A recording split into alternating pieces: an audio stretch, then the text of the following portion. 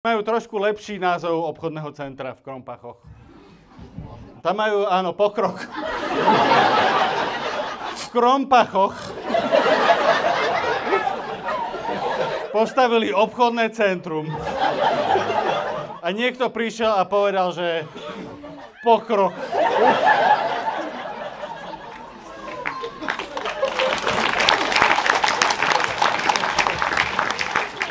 Určite tam majú fantastické pokrokové veci v tom obchodnom centre. Kukuruku. Ale nie, je tam pekne. Je tam, keď napadá sneh, je tam, že... Je tam OK. My sme veľmi radi chodili lyžovať na plejsy. Plejsy ešte existujú? Fungujú? Nie.